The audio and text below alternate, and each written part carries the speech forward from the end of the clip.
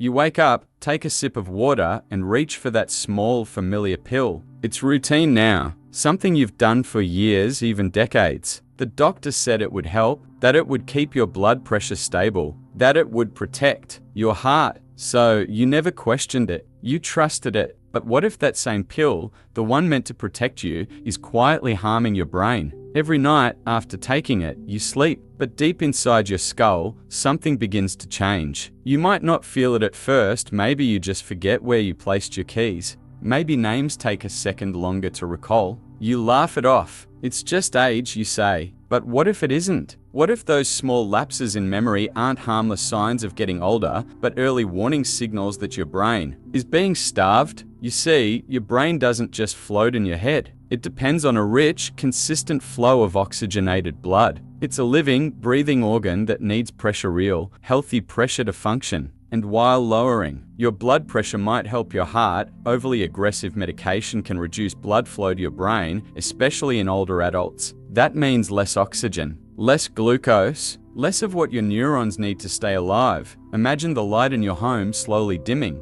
not because the bulb is broken, but because the power source is being restricted. That's what's happening inside your brain, gradually, quietly. The medication isn't evil, it's just misunderstood. It was designed for a different body, a younger one that hasn't yet experienced the natural shifts that come with aging. And while your heart may feel calmer, your mind might be losing its sharpness. Some researchers have started sounding the alarm. Studies now show a strong link between certain blood pressure medications, especially those taken at night, and cognitive decline in seniors. Not immediately, not with drama, but subtly, like fog creeping in. Over time, memories blur, decision-making slows, faces feel familiar but unplaceable, and no one tells you it might be the very pill you trust the most. But this isn't about fear, it's about awareness. You were never supposed to follow a treatment plan made for a 40-year-old when you're 68, 73, 81. Your body isn't the same. It's wiser, more fragile. And your brain?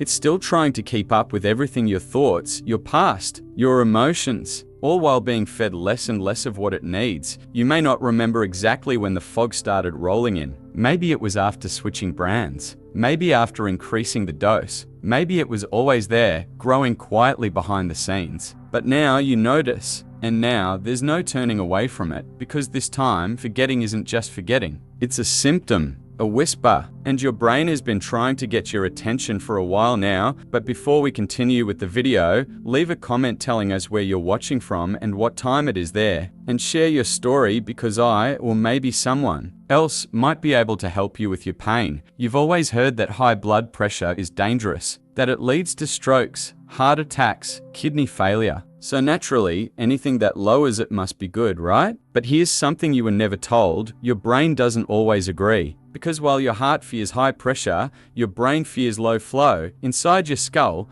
there's a delicate network of tiny blood vessels, so fine, so intricate. They resemble spiderwebs stretched over fragile glass. These vessels supply every region of your brain with oxygen and nutrients. But when blood pressure is pushed too low, especially in seniors, these vessels begin to falter. The flow slows, the delivery system breaks down, and slowly, the brain starts to suffer. This isn't theory. This is observable. Doctors in neurology clinics have noticed a disturbing pattern. Elderly patients on certain antihypertensive medications, especially when overprescribed, show greater signs of memory loss, confusion, and even early dementia. It doesn't happen overnight, but it happens with terrifying consistency. A name you used to know vanishes. A familiar street feels foreign. Your sharpness once your pride fades like an old photograph. And yet, the worst part is that nobody connects the dots. Because who would ever suspect a medication prescribed by a trusted doctor? Who would question a pill that seems to be working, at least on paper? Your blood pressure looks good in the clinic. Your heart rate is stable. But what about the part of you that makes you?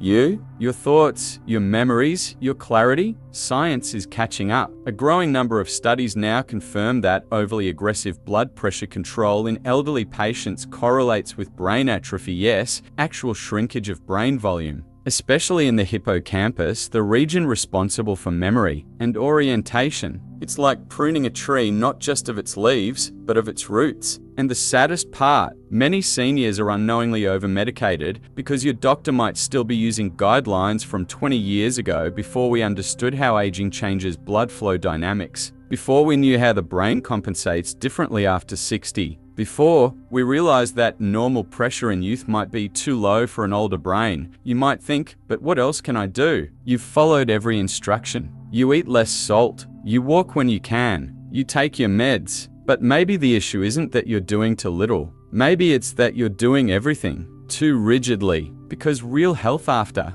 60 isn't about fighting your body, it's about listening to it. Picture this. Your brain is a garden. It doesn't need a flood, but it can't survive drought. It needs balance, gentle care, and the right kind of flow. And you deserve to know if what you've been taking to help your heart is silently starving the most sacred part of you, your mind. You never imagined that something as small as a daily pill could cause such a massive ripple throughout your body. But when you swallow that blood pressure tablet, it doesn't stop at your arteries. It travels, dissolves, and begins to shift the way your entire vascular system behaves. And nowhere is that shift more delicate, more dangerous than in the vessels feeding your brain. Your body is a finely tuned system. When one part slows down, others must compensate. So when your medication lowers your blood pressure, your brain, intelligent, adaptive, but aging, tries to make up the difference. It expands vessels. It reroutes blood. But in an older adult, this compensation is limited. The vessels are stiffer. The response is slower. And that means one thing: reduced circulation where you need it most. Imagine trying to run a household with only half the electricity. Lights flicker,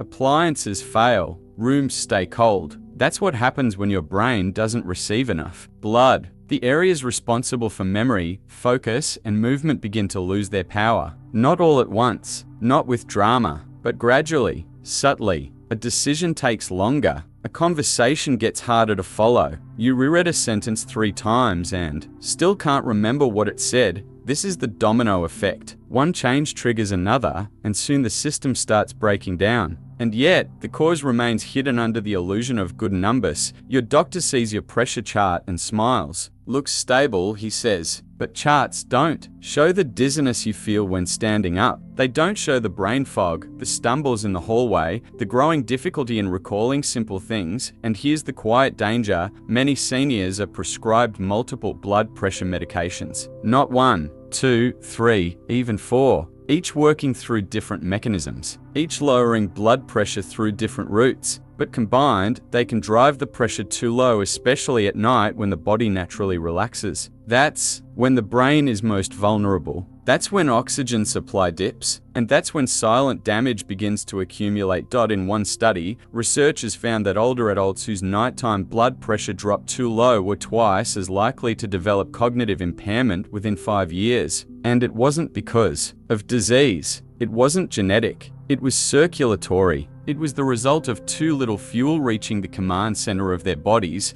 and you might be feeling it already without knowing. That vague feeling of being off, of feeling slower than usual, of forgetting what you were about to say. Maybe you've told yourself it's stress. Maybe you've blamed it on sleep. But what if the root cause is mechanical? What if the very systems meant to preserve your life are stealing parts of your mind? This isn't a call to throw away your medication. It's a call to look closer, to ask questions, to recognize that the aging brain needs different care, not less. And that circulation isn't just about numbers, it's about nourishment. Because your mind isn't just alive, it's listening, waiting, and needing more than what it's been given lately. You've followed the instructions to the letter. You've lined up your pill bottles, maybe even placed them in a weekly organizer. Morning pills on one side, night pills on the other. And every evening, just before bed, you reach for your blood pressure medication. It feels like the right thing to do, a quiet ritual, a protective act. But what if this one habit, taking your medication at night, is quietly accelerating the very decline you fear most? It sounds harmless, logical, even. Many doctors suggest it. After all, blood pressure naturally dips during sleep, so medication can help maintain that ideal range overnight. But for older adults, this logic can turn into a trap. Because when you lower pressure too much during the night, especially in an aging brain already struggling with blood flow, something dangerous begins to happen. Your brain enters a state of nocturnal starvation. While your body sleeps, your brain does not. It's active. It processes memories, clears waste, resets emotions, repairs neural connections. This requires fuel, oxygen, glucose, circulation. But if your pressure drops too low because of a pill taken just before lying down, those vital supplies can't reach the brain effectively. Imagine a delivery truck trying to make it through narrow, icy roads. The packages don't arrive on time. Some never do. Now, multiply that by every night, every week, every month. The damage builds, not loudly, not painfully, but piece by piece. You wake up groggy, not just tired, but heavy. Your thoughts feel stuck in slow motion. You walk to the kitchen and forget why you came. You reach for the newspaper but don't remember the headlines from yesterday. You chalk it up to age, to just one of those days. But what if those days are adding up? Here's the mistake millions of seniors are making. They take all their pressure medication at night, believing it will work while they sleep. But the older brain doesn't handle that drop the same way a younger one does. It doesn't rebound as fast. And instead of protecting you, that drop in pressure leaves your brain vulnerable, exposed, undernourished for hours. Studies have shown that seniors with overly low nocturnal blood pressure are significantly more likely to experience white matter lesions, small areas of brain damage linked to memory loss, balance issues, and increased risk of Alzheimer's. And yet, this continues because no one questions the routine. No one dares challenge what's been normal for so long. But what if you simply changed the time? What if, instead of taking your full dose at night, you asked your doctor about spacing it out morning and late afternoon when your body is more active and your brain more alert? What if you monitored not just your blood pressure, but how you feel, your energy, your clarity, your sharpness, because you're not just trying to live longer. You're trying to live aware, present, connected. And that starts with understanding that nighttime isn't just for sleep. It's for brain restoration. And your brain deserves every drop of support it can get while you rest. There's a small item in your kitchen right now. You've seen it 100 times, maybe even used it this week without thinking twice. It doesn't come in a pill bottle. It doesn't require a prescription. And yet, this humble food holds something your brain craves more than anything: nourishment. That protects, restores, and fuels memory. We've been conditioned to think only medications can fix what's broken. But sometimes, it's not about fixing. It's about feeding, supporting, giving your body what it recognizes. And when it comes to brain health, especially after 60, few foods are as quietly powerful as extra virgin olive oil. Not the heavily processed kind, not the blends with vegetable oils, but real, cold-pressed olive oil, the kind rich in polyphenols, especially one called oleocanthal. You don't need to remember the name. Just know this: it's a natural anti-inflammatory compound so potent that scientists have compared it to ibuprofen in its ability to reduce inflammation in the brain. And why does that matter? Because inflammation is the silent fire behind so much cognitive decline. It burns slowly, disrupting neural connections, breaking down memory centers, and reducing plasticity, your brain's ability to adapt and heal. But olive oil doesn't just calm that fire. It also protects the blood-brain barrier, that vital shield that keeps toxins out and nutrients in. In one long-term study, seniors who consumed high-quality olive oil daily experienced significantly slower cognitive decline and better verbal memory than those who didn't. Not because olive oil is magic, but because it does something most pharmaceuticals don't. It supports the whole system. It works with your body, not against it, and it's not about guzzling bottles or making drastic changes. Just 1 or 2 tablespoons a day drizzled over steamed vegetables, mixed into soup, or used in place of butter can begin to shift your brain's chemistry toward healing. You won't feel it overnight, but maybe next week you'll remember that word more easily. You'll feel sharper when balancing your checkbook. You'll notice you didn't forget your neighbor's name this time. This is about giving your brain what it's been missing. Not more pressure-lowering chemicals, but real nourishment. Fuel that flows with your blood, enters your cells, and quietly says, "You're safe now. You're supported." Pair this with hydration. Your brain is 75% water. A well-fed brain still needs fluid to circulate nutrients. Most seniors are mildly dehydrated enough to make memory fuzzy and focus harder. A glass of water with every tablespoon of olive oil. That's not just a habit, that's a healing ritual. You don't have to be a chef. You don't need to overhaul your diet. You just need to see that your kitchen holds more power than you ever realized. a spoonful of the right fat, a glass of water, a mind that feels just a little clearer in the morning, because aging isn't about decline. It's about decisions. And today, that decision can start with something as small and as powerful as a drizzle of golden oil on your dinner plate. There's something deeply unsettling that happens in private medical circles. At the end of conferences, when the slides are off and the cameras are down, some of the oldest, most experienced physicians begin to speak in whispers. Not because they're hiding something malicious, but because they've seen too much. And what they say contradicts the standard protocol written in medical textbooks. They've watched patients who followed every instruction deteriorate anyway. They've seen vibrant minds grow foggy, not from disease, but from overcorrection, from one-size-fits-all treatments that ignore the complexities of an aging body. They've seen patients lose themselves slowly, invisibly, not because of age, but because the system treated them like numbers,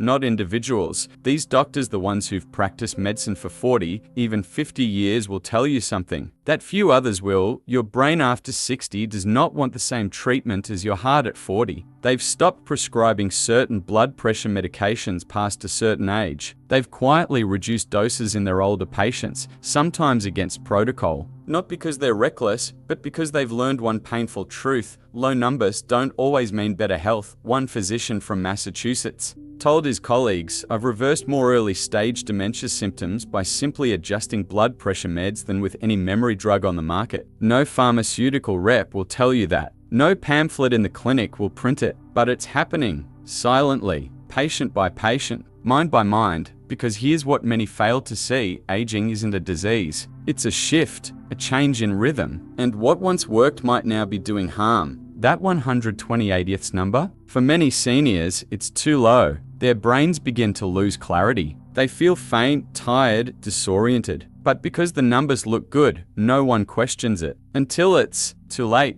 These veteran doctors have started to rely more on how a patient feels than just what a monitor says. They listen to words like, "I feel foggy, I'm slower in the morning, my thoughts don't connect like they used to." They ask about falls, about dreams, about moments of forgetfulness that don't show up in lab results. And they respond not with new prescriptions, but with adjustments, reductions, careful shifts that give the brain a chance to breathe again. And yes, it's controversial. Some younger practitioners don't agree. They're trained by systems that emphasize targets, not stories. But the older physicians, they remember when medicine was about watching, listening, noticing. They've seen that real healing sometimes means doing less, not more.